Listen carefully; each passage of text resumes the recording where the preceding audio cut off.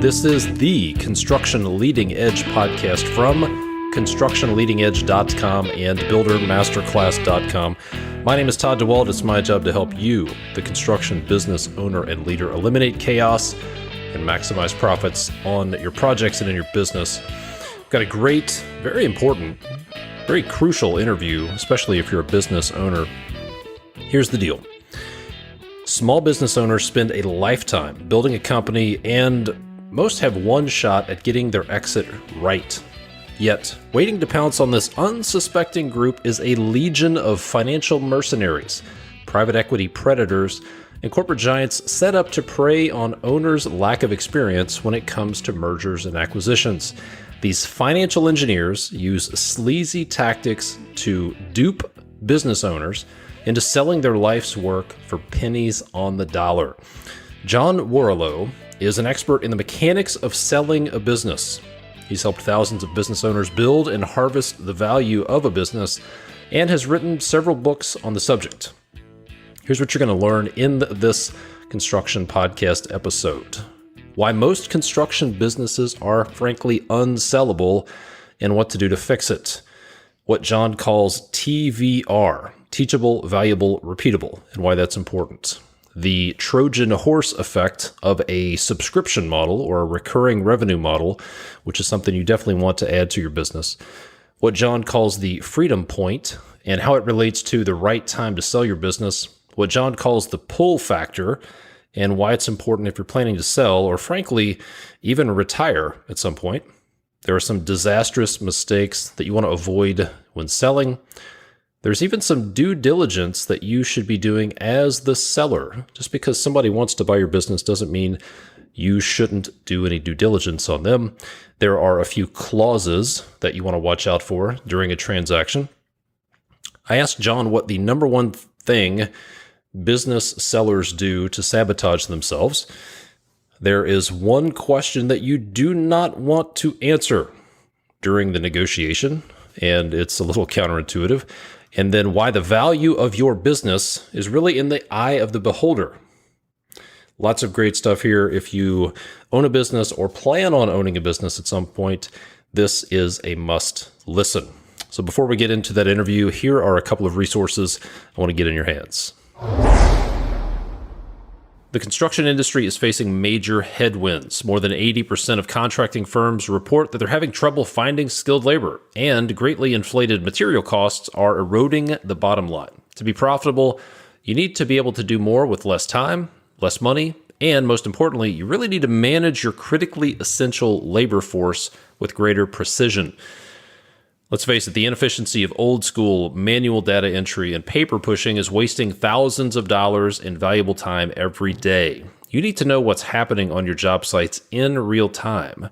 The solution is Struxy labor productivity software. Built on over 50 years of construction tech innovation, Struxy replaces outdated paper timesheets and production reports with software that updates you every hour on labor performance.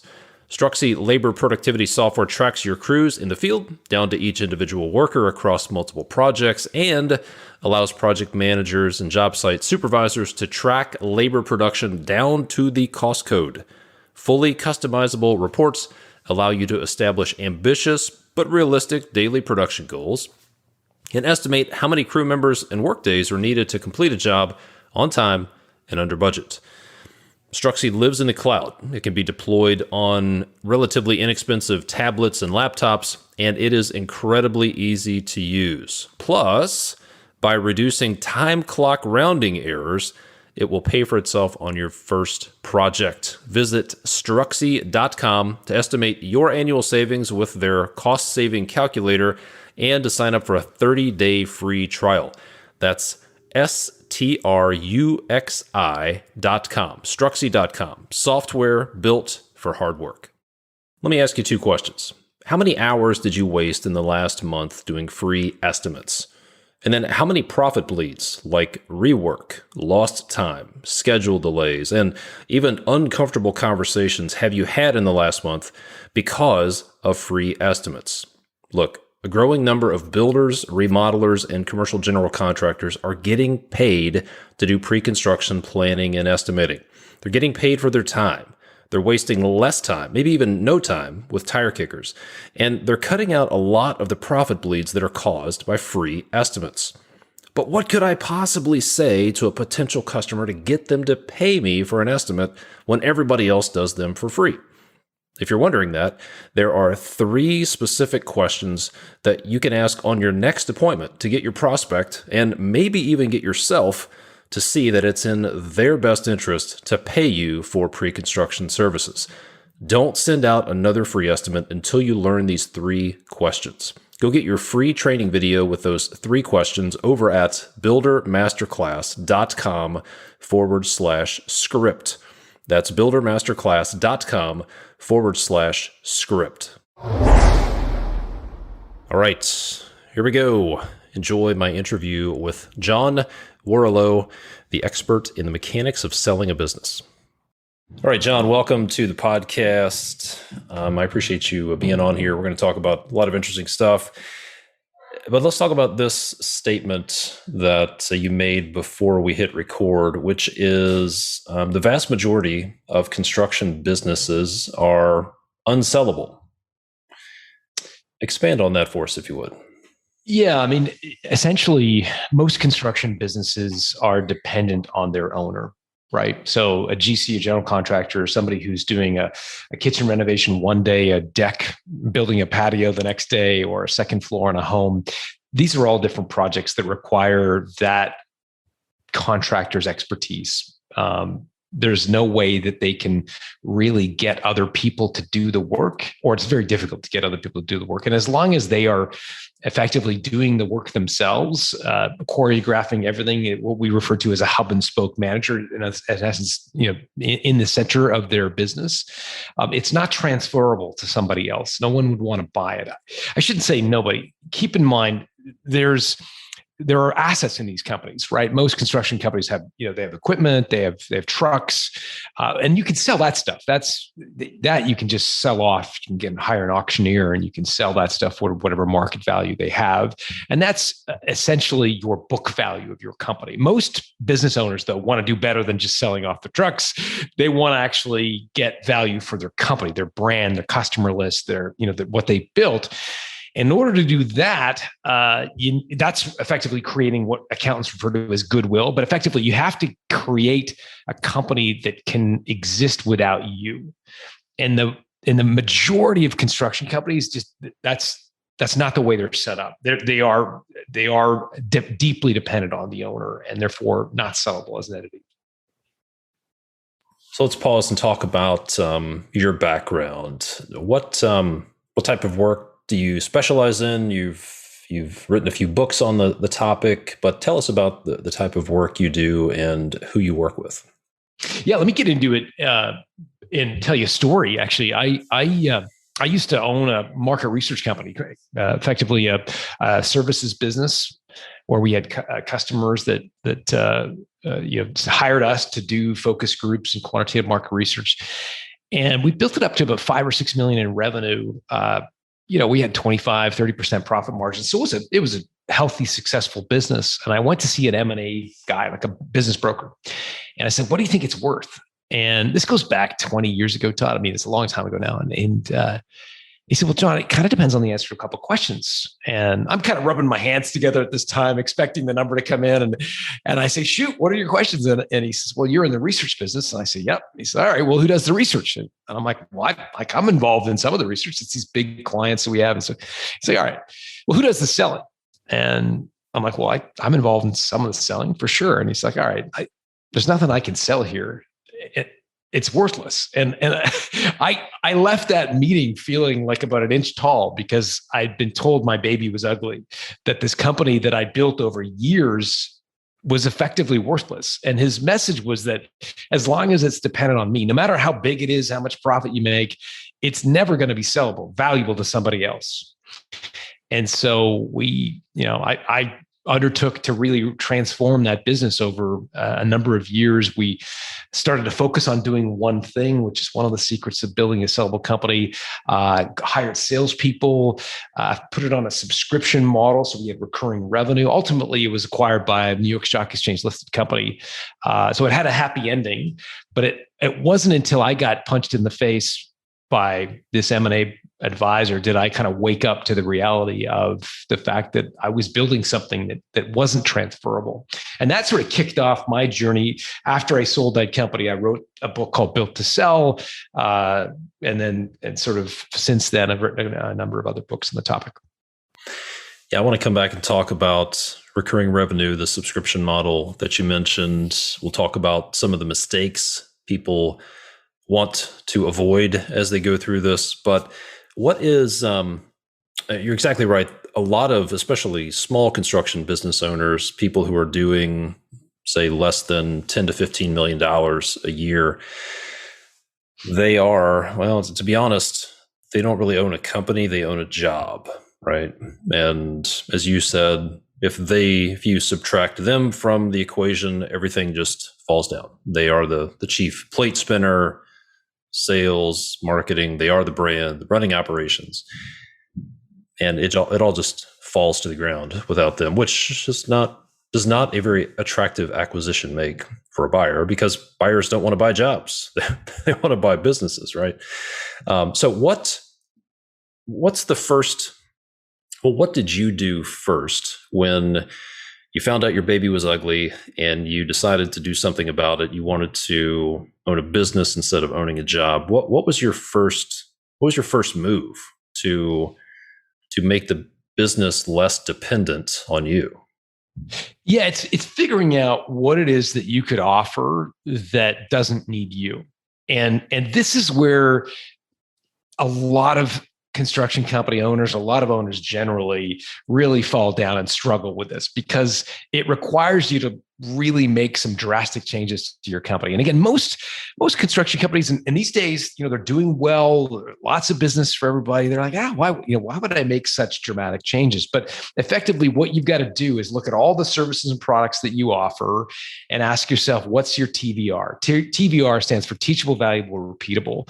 And what that means is you've got to identify something that you offer that is teachable to employees, valuable to customers, and repeatable.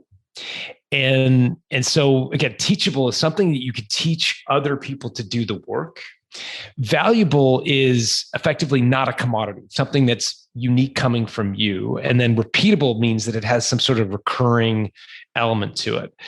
And that's your TVR. And focusing in on a TVR type of model is where you will find you are able to build a business that's not dependent on you. Let me give you an example. If we take HVAC as an example in the kind of construction category, if you will, most HVAC companies are unsellable because the owner is the one installing the furnaces. The owner is the one who personally gets involved quoting the jobs for the big arena that needs a new air conditioning coolant system, whatever. Like the owner is at the epicenter. And so it doesn't make for a transferable business.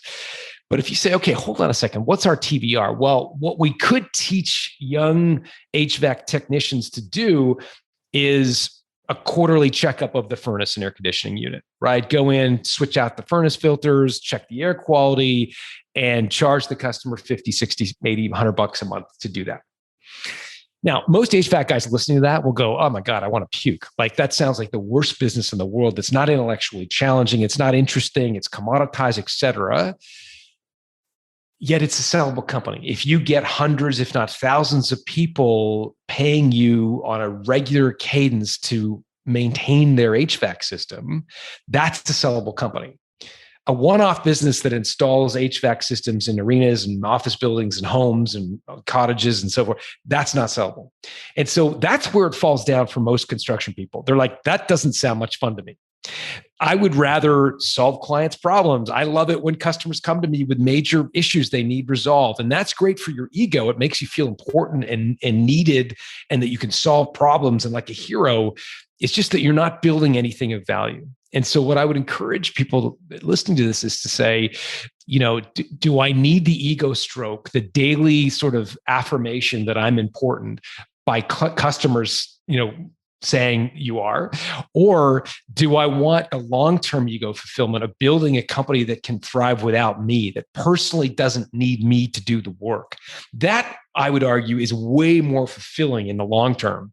And I think that's a challenge, but it's doable again. And I think the first step is figuring out what's the one thing you can do and offer that doesn't depend on you personally to deliver it. And it usually is one service. It's not, a whole variety of things. It's usually one thing. And again, that's a really strong, and again, 99% of construction guys will never make the switch. They will be like, that guy you had on the podcast is a loser. He has no clue what a construction business does. Yet there may be 1 out of 100 people listening to this and go, you know what? He's right. I could actually figure out how to transfer this business into something that doesn't depend on me. And that's the guy or gal I'm talking to. Yeah. Yeah. And it's, you mentioned specializing in one thing, and I've had this conversation with a lot of different people, and it seems to poke this fear, this scarcity that people have, the idea of narrowing down and saying no to certain things is scary, but it's really counterintuitive. But what I found is that's where it's at, and you can't be all things to all people. I've worked with contractors who try to do everything from snow removal, remodeling, commercial, residential, landscaping. They just do it all. And they don't do anything really well. And they also end up with this diluted workforce that's a pretty good little jack of all trades of everything. And they end up with lots of equipment and tools that they don't use all the time. And it just doesn't work. And the answer is to go deep on a niche and really focus in on one niche. And I think what you say no to is often as important as what you say yes to, because you can really, it's the book Essentialism, which is putting all of your energy in one direction instead of going 1 millimeter in all directions and not getting anywhere. You put everything into one direction and focus on that. So let's dig into this idea of subscription-based or recurring revenue model. So it's pretty obvious how that would work for HVAC, plumbing, electrical. They can do installs. They can also do maintenance and have service contracts, annual contracts, put people on a subscription. And while I get what you're saying, it's like, well, that's not sexy. It's like, $75 a month. How am I ever going to make any money like that? Well, with 2 or 3, you're not going to make money. But when you start stacking those up and you really focus on that and you build up a book of business with those monthly contracts, that's pretty nice. So yeah, it is. And let me just sort of pick up on something you just said, Todd, which is I'm not going to make any money on that. If you're thinking about just the subscription, just the service contract, there are some businesses where, you can't make much money because the monthly nut is so small. However, there's something called the Trojan Horse effect in a subscription model, which means that the benefit of getting your customers to subscribe to a service contract is not only the value that you get from that service contract, it's that you have an existing relationship with those customers, and that makes them infinitely more likely to buy other things from you. So I'll give you an example. There's a guy named Jim Vagonis based in Washington, D.C. He built a company called Hassle-Free Homes. Instead of doing what he was doing before, which is kind of one-off construction jobs, what he's done is put his company on subscription. Now he maintains people's homes. And for $300 or $400 a month, if you've got a 3,000 square foot home, he will basically run it for you. He'll change out the furnace filters. He will do all the things that you would need on a preemptive basis to run your home. When I talked to Jim, I said, what was that like making the switch? And he said, it was great because about half my revenue comes from the service contracts I've got, but I still get half my revenue from customers on the service contracts who call me up and say, hey, Jim, I need a new patio built. Can you come and do it? So he still gets more than half of his revenue from the one-off jobs. But the reason he's found the subscription company worth it is he doesn't have to market those jobs. He doesn't have to spend a ton of money, generating demand because he's already got an existing relationship with the people who he's got that service contract in place with. And that's what we refer to as his Trojan horse effect. So I think if you're just looking at the service contract revenue you're getting, then I think you're missing one of the main benefits of having a subscription company, which is that subscribers effectively buy more from you. Yeah, absolutely. I was in Vegas at the International Builder Show a couple of years ago, and I ran into a couple of guys who were from the Northwest, and they were home builders, and we just started chatting. And through the course of the conversation, they started talking about this home maintenance program that they happened to spin up 15 years ago. They decided pre-2008, before the big housing crash, they started offering this home maintenance service for all the homes that they built, and they would offer it for $100 a month or something like that. And they said that's really what helped them survive the crash, because they had the revenue, the recurring revenue. People were still in their homes, and it provided some cash flow, but it also, as you said, had them in the house once a month, once a quarter, which gave them the opportunity to ask questions like, what are you thinking about doing? What upgrades are you thinking about for your home? And you are their guy.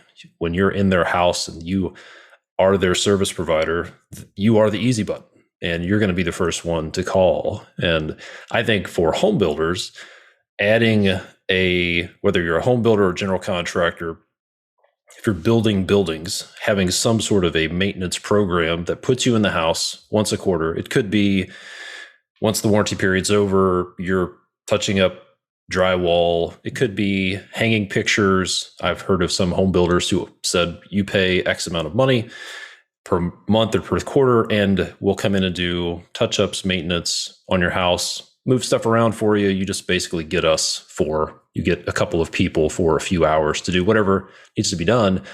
And as you said, those customers go to that service provider anytime they're thinking about something. So it's a great marketing advantage. So let's talk about, so the benefits are recurring revenue. You also have that Trojan horse effect. But then why is recurring revenue so interesting to a potential buyer of a business? Yeah. And that's where the really incredible benefits of recurring revenue start to take hold. So if you put yourself in the buyer's position for a moment, and you kind of imagine yourself wearing the buyer's hat, you're effectively buying a business, and you want to understand how this thing is going to continue beyond the owner's tenure. Now, you could buy their trucks and you could pay bottom dollar, effectively buying their assets. And that would be one way to buy the business. But again, I think most people selling a company are going to want to have some value for their business beyond its simple assets. And there, the acquirer is going to look at your business and understand, like, well, how's this thing going to continue to thrive when you leave? And one of the best ways to demonstrate that it will thrive after you leave is to show them a book of recurring revenue, show them a book of service contracts that says, look, we've got 300 customers that pay us X dollars a month. And they also tend to buy more from us over time. And again, we see this in the data. The home security business comes to mind. I've looked at recent numbers, multiples in that space, and I think it would be a close proxy or parallel for construction. When you look at home security, they have two forms of revenue. They've got installation revenue, which is when they come and install the system, they wire up the sensors on your windows, and acquirers pay about 75 cents for every dollar of installation revenue today. They also have what's called monitoring revenue, which is like the service contract, right? The $79, $89 a month we pay to have the thing monitored and the police called if there's a break-in or whatever. Typical acquirer will pay about $3 for every dollar of monitoring revenue. Said another way, your recurring revenue on a dollar for dollar basis is worth like 4 times that of every install, every one-off job. And so I think it's just incredibly valuable to have this recurring revenue base, these service contracts, because they will drive the value of your company. Absolutely. And make the point in case that your company will thrive without you once you leave. Yeah. So I'm thinking about just a few types of potential offerings electrical contractors. One of my clients is an electrical contractor, and emergency generators are a big deal, especially if you're anywhere that was hit by the great freeze of 2021 in Texas. In Texas, yeah. Huge demand for emergency generators. Very small percentage of homes are equipped with emergency generators, so you can make money on the install, but then you can make a lot of money on and build a recurring revenue with a service program, because generators need to be serviced. If you're a plumbing contractor, you could do that with water heaters, new homes, whatever the case may be, but lots of plumbing. Maybe there are fire protection systems on the commercial side, have to be inspected. I built a couple of million square feet of distribution centers. And one thing I thought was interesting was the overhead door companies they might install 200 overhead doors. And I think they would probably install those doors at cost. And then they would put a sticker with their website and phone number on every door, because with 200 doors in a distribution center, forklifts everywhere, these things require maintenance. Every time there was damage, one need to be replaced, serviced. Who did they call? And they were putting them in at cost so they could get the service contract down the road.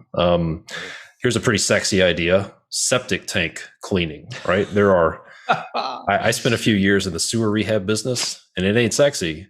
But better you than me, man. But when it doesn't work, you got problems. So septic tank cleaning, there are millions of them in the country, and they need to be cleaned and maintained on a regular basis. So I think you put that, as you said, when you put the buyer's hat on and you think, how can I make my business more attractive to a buyer?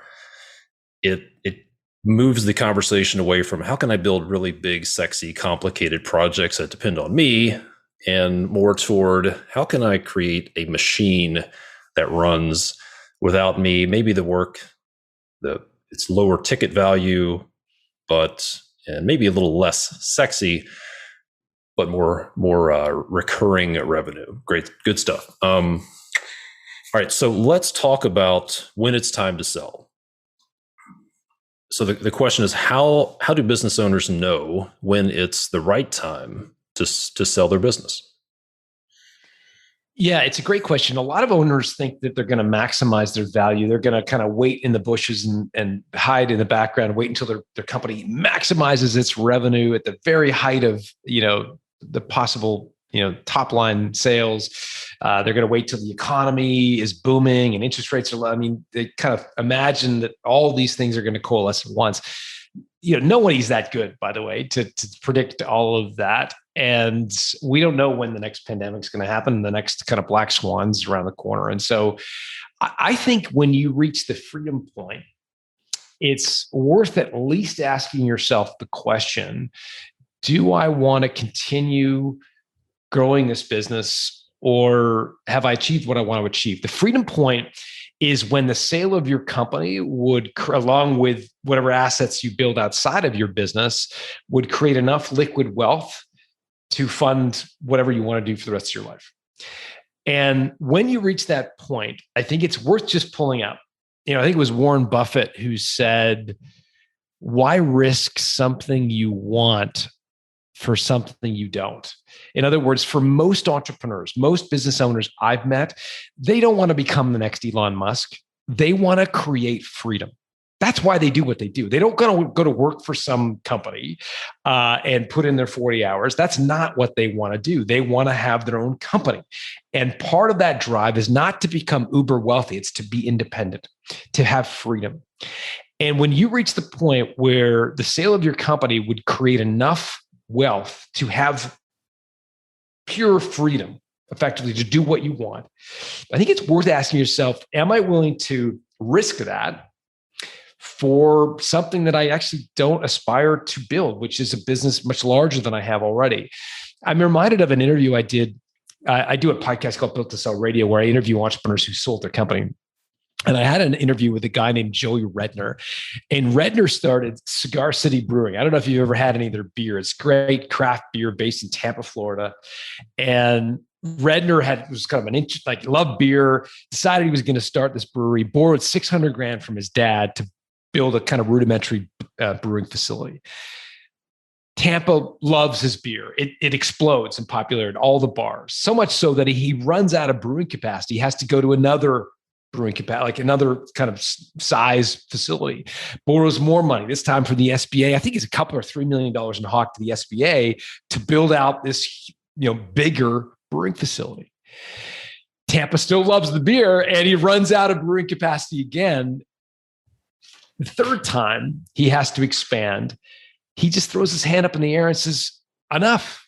Like I've done what I wanted to do. I've succeeded. I've built this brewery. It's worth a truckload, and I'm not willing to risk it all for the next tranche of growth. And so he sold it to Oscar Blues, which is Northeast, craft brewery. And Joey put a ton of money in his jeans and is now living completely happy and carefree. He had the courage and I think discipline to, when he reached the freedom point, to just pull up and leave. And so few owners do have that discipline. Most think, oh, I'll sell in 5 years or 3 years.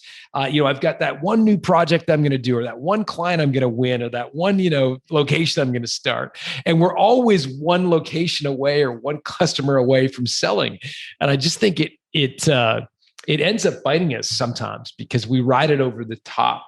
And in fact, the most, I think, highest aspiration, most people listening is really just freedom. And I think is when you reach that, it's just worth asking, do I want to risk that for something I may not really aspire to have?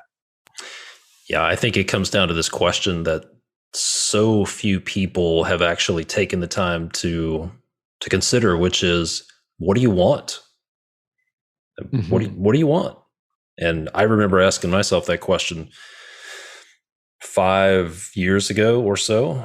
And I thought, well, this should be easy. This should be fun to answer, but it's not. It's tough because I think a lot of people, myself included, spend a significant amount of our lives just taking whatever comes to us, right? It's like, well, here's an opportunity, whatever comes across the desk, then that's what we'll respond to. And that takes you out of the driver's seat. But when you start looking at it as if you're in the driver's seat and you start asking, what do I want? What do I really want? You have to take ownership of that. And that takes some fortitude to answer that and then say, all right, I'm going to go get it now. And I can see a lot of business owners who just stay on the hamster wheel and it runs faster and faster and they don't like it. And from the outside looking in, most people would say, well, why don't you just get off the hamster wheel?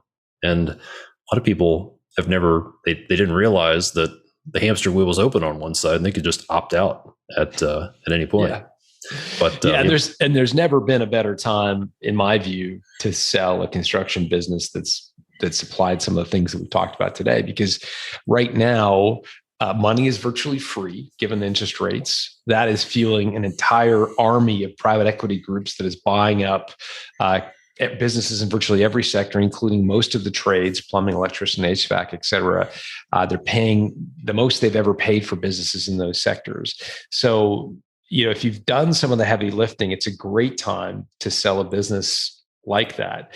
And I think, to your point, one of the things that we know about sellers, and we've built a tool actually, and all the research that underscores a tool called Prescore, it's prescore.com, is that when an owner sells their business because they are frustrated or because they are being pushed out of their business, government legislation, employees that don't show up, all the things that sort of frustrate owners about their companies, oftentimes they end up regretting selling their business. Yet when they are pulled, in other words, they've really thought about what they want to go do next. And this is to your point, Todd, about like, what do you want?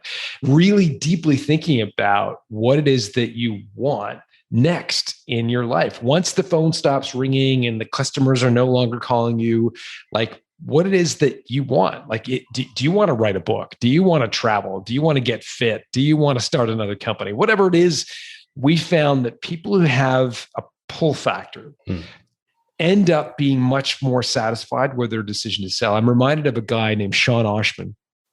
I interviewed him on Built to Sell Radio probably 3 years ago. He started a little IT services company, not a big company. It was a couple million in revenue, 10% profit margins. And he woke up one morning, his 39th birthday, and he said, by my 40th birthday, I want to be living on a sailboat.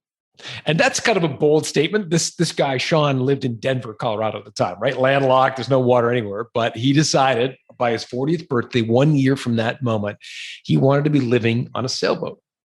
And so one of the first things he did was he hired a broker to sell his company. And the broker got 2.6 times his profit. There's SDE, broker lingo for effectively, your profit. And that's kind of like an average multiple, but it's not like outlandish. It's not some huge number. And I interviewed Sean after he sold, and I said, Sean, like, how do you feel about the number? Like 2.6 is not like hitting it out of the park. It's a solid single, but it's not a home run. And he said, John, I'm happy as a clam. And I said, why? And he said, because I live on a sailboat. And it was always a reminder. It has stood and continues to stand as a reminder to me that building value is certainly important. I've built my entire company around that idea. But at the end of the day, if you're all push and no pull, if you've got nothing you want to go do next, I think you're going to end up regretting your decision. Yeah. Yeah. And I think that's very important because much like retirement, right? What I found is people who work all their lives and they put happiness on the other side of retirement, but they don't really have a plan. They don't really know what they're going to do after retirement. And what they don't realize is their entire identity is wrapped up in this business and their work and what they do. And then suddenly they don't have that. They don't have that business. They don't have that title. They don't have anywhere to go. They often fall into depression. And sure. Some just don't survive that long once they stop working. And that's pretty tragic. And I've seen the same thing happen with people who sell a business, who've been pushed out of a business and they just want to run from something, but they don't have anything that they're going toward. So I would say whether you're considering retirement or selling your business, it's great advice to think about what's pulling you. What are you being pulled toward? What do you want to do? Why? And maybe it's another business. Like what I find really interesting is that oftentimes the second or third or fourth business is the one that hits it big, is the one that is really successful. Like I do this podcast, I've interviewed people that have sold like huge, $100 million exits. And almost inevitably, it's almost never their first company. Yet many entrepreneurs, I think you used the word earlier that, they become inert. They're just kind of going through the motions. They don't love it anymore, but they don't know what they do. Well, I'm here to tell you that a lot of the entrepreneurs that I see that have tremendous financial success and have big exits, it's not their first business. Usually they have a business. I've heard people refer to it as their training wheels business. It's kind of a pejorative term, but it just means that it's their first business where they're making all kinds of mistakes. They wrap that up in a bow and sell it, maybe make a few bucks, but they go take everything they've learned and go do something else. And so I think a completely legitimate pull factor is to go want to start another company. One, there's none of the baggage that exists in your existing business that you're excited to go do. I think that's a totally legitimate, decision. But in many cases, it's going to take selling your existing business to go really dedicate your time to go do that. Yeah. Very important to have a why. Why are you growing your business? Why do you want to sell your business? So what sounds like one of the mistakes is not knowing what's next or just trying to run from something. What are some of the other biggest mistakes that you see business owners making when it comes to selling their business? I mean, in the construction trade, you're going to have a lot of vendor take-back deals where effectively the owner, the seller, is going to effectively finance the buyer over time. So the buyer will try to buy your business and they're going to use some debt that they get from a bank. They're also likely to ask you to finance some of the business. And that's tricky because clearly you're no longer in control of the business. You're no longer in charge of the business day to day, but you're relying on that owner the new owner effectively to pay you back. And if their business runs into trouble, that payment stream is at risk. I remember one guy I interviewed, his name is Michael. I won't use his last name because I don't think he'd want me to. He built a construction business. He got it up to about $1 million in sales. He decided to sell. He got an offer really quickly of $1 million for a company with generating $1 million in sales. And he was kind of like, this can't be, this is too good to be true. And so it was incredible. And so he chose to accept the offer. Well, the offer, when you accept an offer, you sign what's called a letter of intent, but then there's usually a 60-day due diligence period where they kind of check your books out and so forth. And so about 2 or 3 days before the end of the due diligence period, the so-called buyer came to Michael and said, well, we thought we were going to buy your business for $1 million in cash, but now we're thinking of changing the terms. We're actually going to pay you more. We're actually pay you $1.2 million, but it's going to be over time. And so we're going to actually spread that out in $100,000 payments per year over the next, 10, 12 years. And Michael was crestfallen, as you might imagine. And here he goes. He's, on one hand, he had $1 million in his pocket. Now he's got to take 10 years to get paid back. But by this time, he had sort of sold the business in his mind. He'd kind of moved on. He had other things he wanted to go do. So he took the deal. Well, within 2 or 3 weeks, his old vendors started calling him. His marble suppliers say, hey, where's my money? And he's like, I sold the company. I don't know where your money is. This bank started calling saying, hey, we're not getting our... Anyways, long story short, the buyer reneged on the deal, did not follow through, and even the down payment, let alone the first installment. And not only did Michael end up with his business back, but it was a shadow of its former self. By the time he got it back, most of the customers had left because they'd gone through this period where no one was calling them back for weeks. Most of the employees had left because they weren't getting paid. And he was left with a shell company. And the real sad reality of it was that he was also left with the debt that his company had incurred. So the marble supplier, for example, he was personally in debt to that marble supplier, not the acquirer that bought the assets of his company. And so, it was a disastrous exit. He ended up shutting the business down and working out some payment terms with his suppliers that he personally paid back. It was a disaster. But it comes down to the vendor take back deal is always going to be at risk.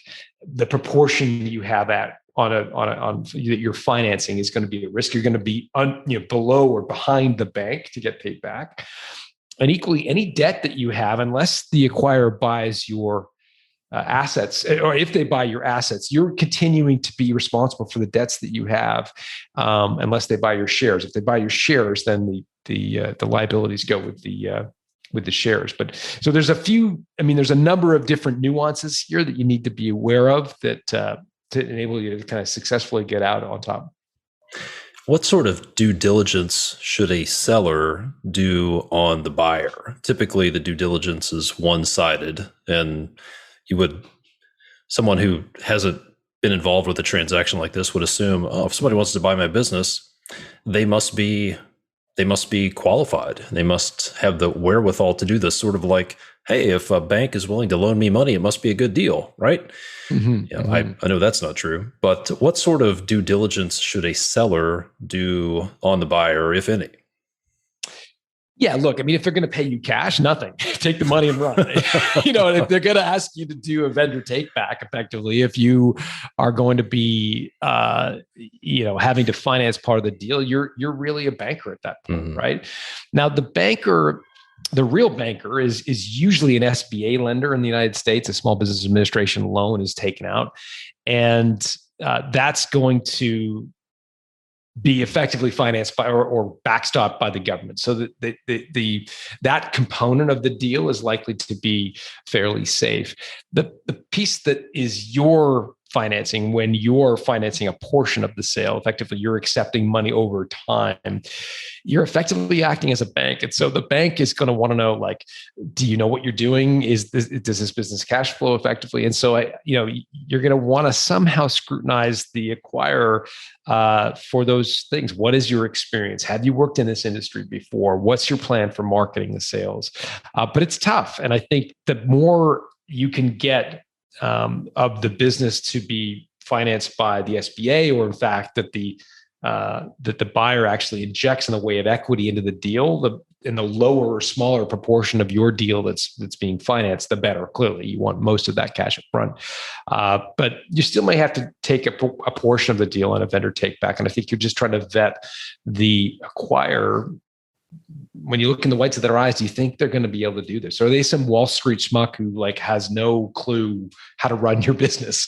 I mean, there's lots of people who think they can run a business because it looks easy from the outside. And I think in my experience, in particular in the trades, but in virtually every business, it's a lot more street smarts and a lot less book smarts. Just because you can run a spreadsheet and you know the right things to say doesn't mean that you can run a business and do what needs to be done. I think that's a really rare skill set. It usually comes from doing the work.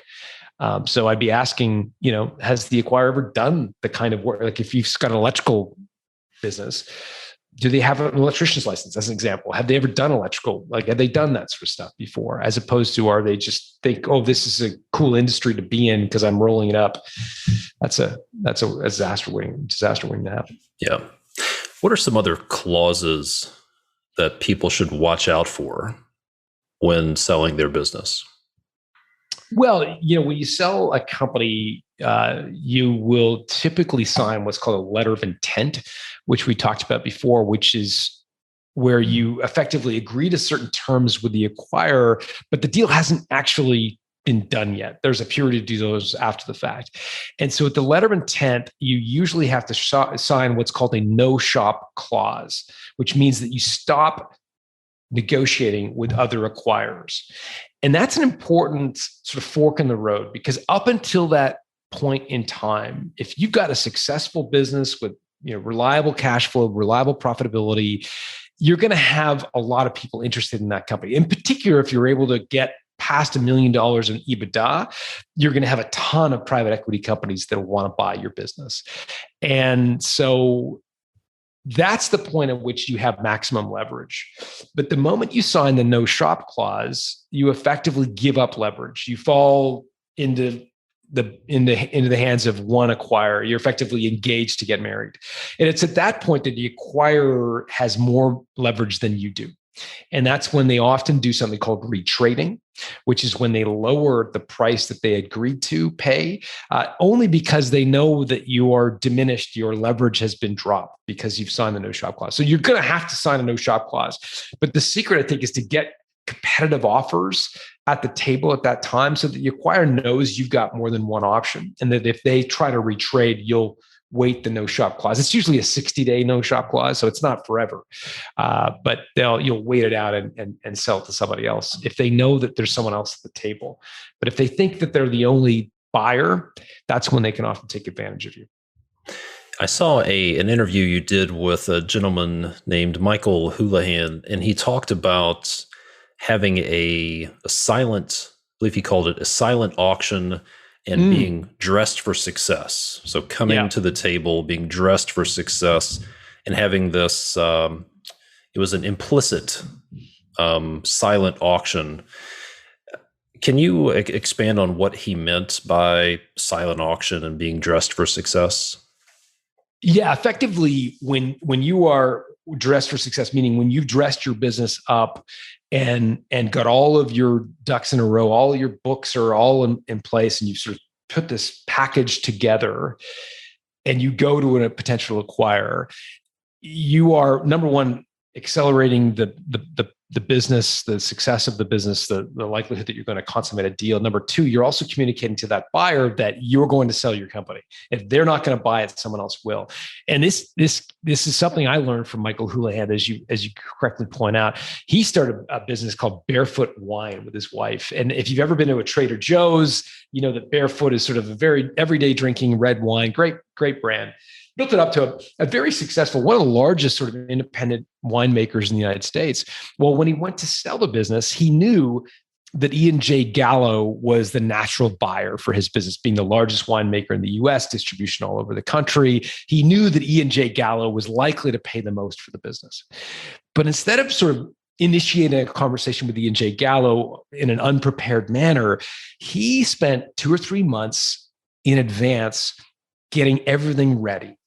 And he put together what he referred to as his binders. His binders is effectively his due diligence or pre-diligence, kit. All of his contracts, all of his supplier relationships, his customer relationships were all neatly indexed.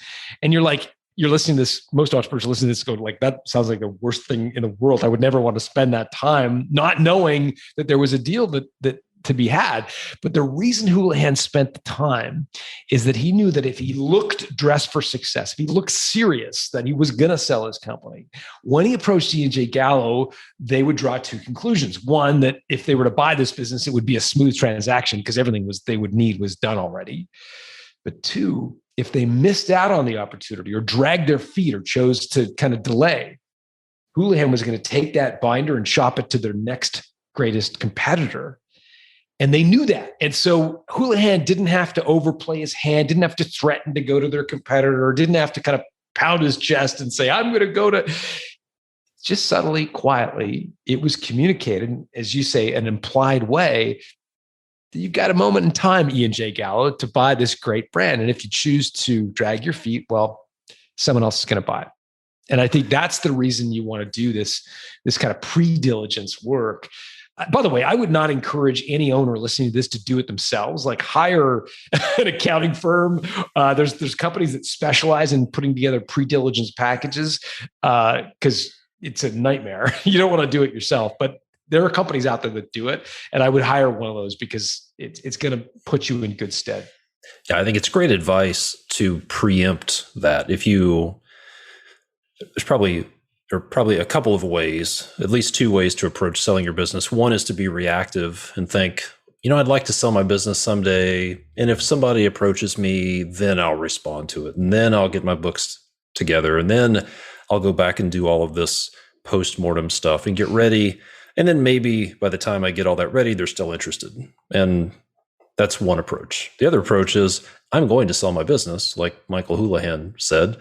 And he took the first step. And instead of thinking, gosh, this is going to be a waste of time if I don't get a deal, he's thinking, I'm going to get a deal. And this is a really smart move that will help me get the best deal. And he got in the driver's seat of that transaction. So he decided it was going to work, decided what he was going to do, what he was going to put together. He wasn't going to wait for somebody to ask him for the due diligence information. He would say, I think the language that I heard him use was here are the stacks or the piles of information on the table, the information that the salespeople would be interested in, operations, purchasing. He knew what they wanted, and he would just put it together and proactively preempt the questions they would have. So I think that's a brilliant strategy. Yeah, and it comes down to this thing called deal momentum, and this is kind of M&A lingo, but basically a deal has a cadence to it. It has a certain, like think about a great piece of music. It has a sort of, it may start off subtly, and then a rhythm comes into it, and then oftentimes a piece of music has a crescendo to it where it hits its stride. A deal is the same way. When you're selling your company, there's a sort of back and forth. It's a bit of a romance. It's a bit of a dating or courting sort of period, which ultimately leads in a consummation of a deal. If you put barriers in place, you don't have a piece of information that's going to take you 3 weeks to come up with, or you can't find your lease agreement, you don't have a customer, all the stuff that takes weeks to go find and collect. Every time you have to take days to answer the acquirer's question, you're undermining your deal momentum. And eventually an acquirer will just kind of throw their hands up in the air and say, like, this is taking too long. And they'll move on. They'll fall out of love with your deal effectively, and they'll find someone else to fall in love with. And so I think, again, it gets back to the romance, the art of this. There is a natural cadence, a sort of romance to a deal, and you want to be able to have that dance with the acquirer with all of your information at your fingertips, as opposed to kind of running around trying to find something last minute, which is going to kill all the romance in the relationship.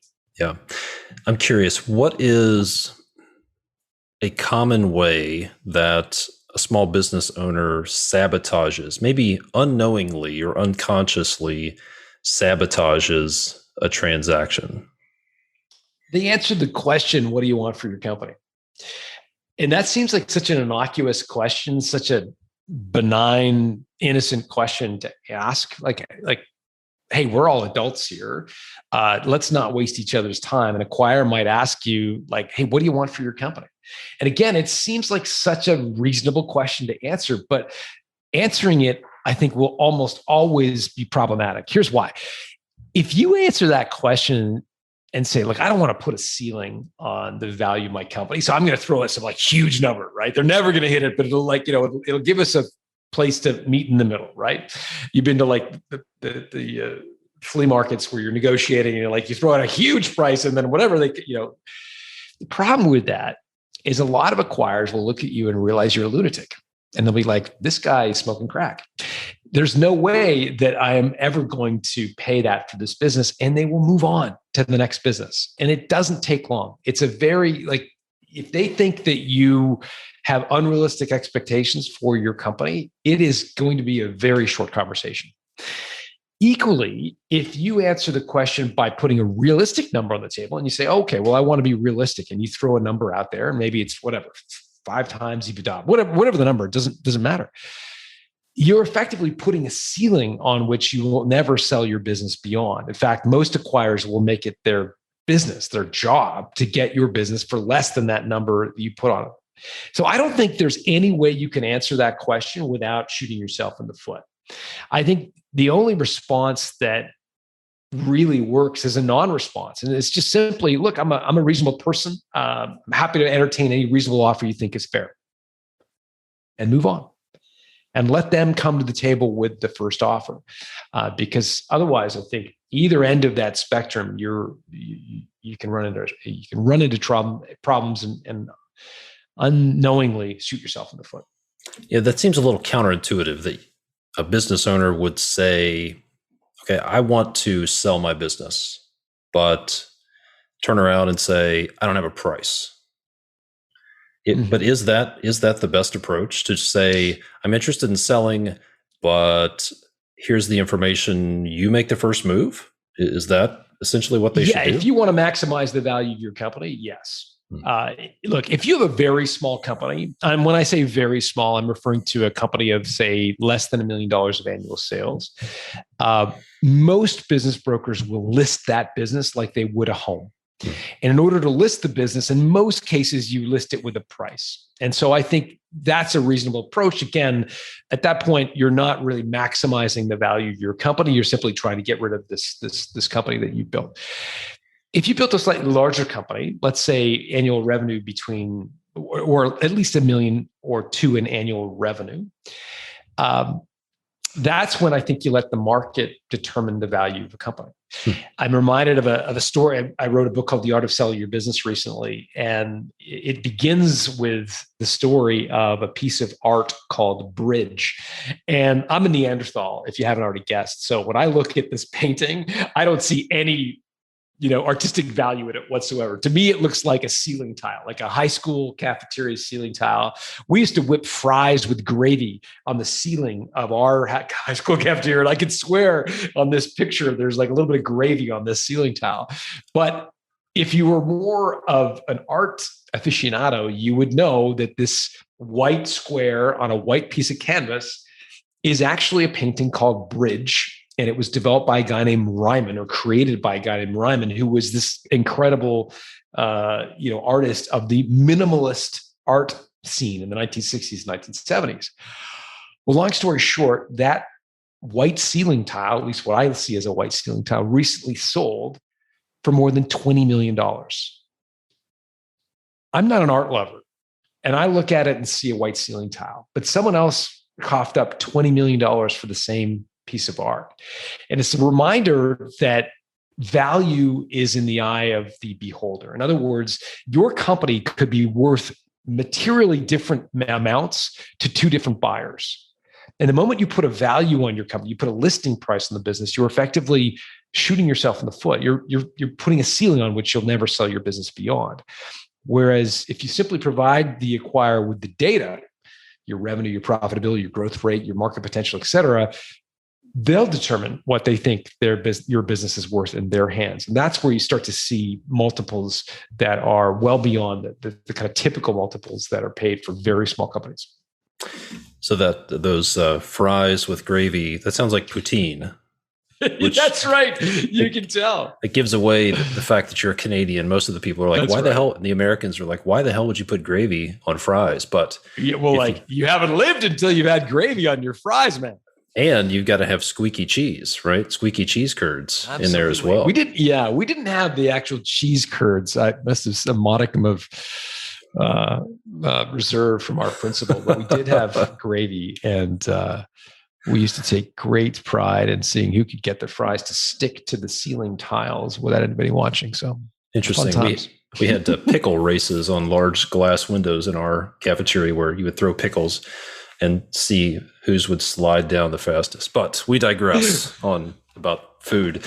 Well, this has been great stuff. I want to be a good steward of your time. So you've written a few books on the topic of selling a business, and also on how to transfer your business or transform your business into a subscription model. What's the best book that construction business owners should start with of yours? Yeah, you know what? I'd head over to builttosell.com as a starting point. Even before you buy one of the books, you can go there. We put together, actually, I think if you go to builttosell.com/construction, we put together sort of some gifts for your audience. And that includes the videos, the 8 drivers of company value. So you can see the drivers. We've got a workbook on creating subscription revenue, which is inspired by the book, The Automatic Customer. And then there's also a workbook on the art of selling your business. And so that'll give you a bit of a taster pack of all 3 books. And it's free, first of all, so that's good. And then you can sort of see where you want to dig in, either Built to Sell, which is kind of creating a sellable business, Automatic Customer, which is creating recurring revenue, or the art of selling your business, which is harvesting. But it's all at builttosell.com/construction. Perfect. Builttosell.com/construction. I'll have that in the show notes as well. If people want to follow you on social media or connect with you, is there a specific place you would recommend they go? You know, if you opt in at builttosell.com/construction, you're going to get emails from me, and you can just respond to those if you want. That's probably the best place to do. I'm on social channels as well, but most roads lead to builttosell.com. Perfect. Great stuff. John, this has been fantastic. I really appreciate you taking the time. Thanks for all the work you're doing, man. Hey, Todd, it was great. There you go. Hope you took some notes. You may want to go back and listen to this one. Be sure to go to builttosell.com/construction. That link is also in the show notes as well. Download those free resources. That's builttosell.com/construction. Get your hands on that information. Take advantage of it. Get the books that John has written. Could save you hundreds of thousands, not millions of dollars over the course of your business. As always, thank you so much for the ratings and the reviews. If you could take a moment and leave a rating and or review for this podcast on the podcast player of your choice, that would mean a lot to me. And it would also help spread the word. And if there's somebody you know who owns a business and they need to hear this, then send them a text, tell them to check out this episode, buy the book, maybe even buy the book for them. Might be one of the best things you can do for them. If you are a business owner and you want to put together a strategy for your business, if you want to eliminate profit bleeds, if you want to put systems and processes in place, if you want to get clarity on where to go, how to get there, and how to get around the roadblocks and the obstacles standing in your way, then let's jump on a call. You can go to my website, constructionleadingedge.com. Click on the red button that says schedule a call with me. We'll jump on a call and talk about that. I'll help you out however I can. As always, thank you so much for listening. I appreciate it. And my name is Todd DeWalt. Check me out at constructionleadingedge.com or buildermasterclass.com, and I'll see you next time. One other thing I want to mention is an issue that I hear from contractors on a weekly basis. They tell me things like, Todd, we're busier than ever. I have more work in backlog. I have more employees, but we're not making the money we should, or we're making less money than we have when we had less work, or we're actually losing money. And I'll cut right to the chase. The problem is profit bleeds. There's plenty of profit in the projects, but that profit is bleeding out through a variety of ways. And what you need to do, if that's you, is you need to identify those profit bleeds and then put systems in place to eliminate the profit bleeds. If that sounds familiar to you, if you are losing profit, if you feel like profit is bleeding out of your projects, go back and listen. I want to tell you about two things. One, go back and listen to episode 156, where I walk through 8 profit bleeds that cause really busy contractors to lose money.